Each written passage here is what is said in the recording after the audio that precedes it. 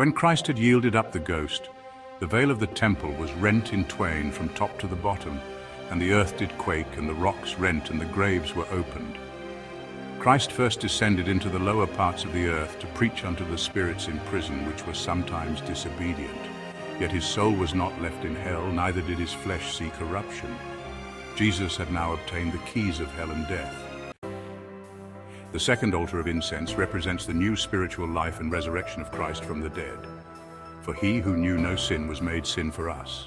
Jesus was also made a curse for us in order to redeem us from the curse of the law.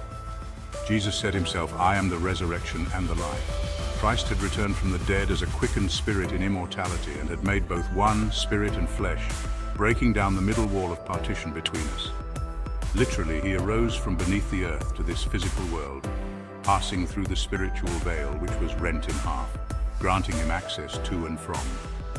He had abolished in his flesh the enmity, even the law of commandments contained in ordinances, making in himself of twain one new man, so making peace, reconciling both unto Yahweh in one body by the cross, having slain the enmity thereby.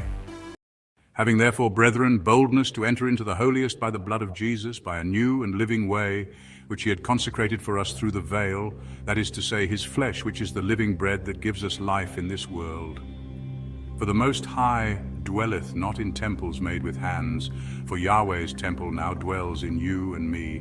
And if Christ be in you, the body is dead because of sin, but the spirit is life because of righteousness. Romans 5:11, Hebrews 9:12, Ephesians 4:8. Jesus has entered beyond the veil as our atonement, for by his own blood entered he once into the holy place, which is heaven itself, when he ascended up on high and gave gifts unto men.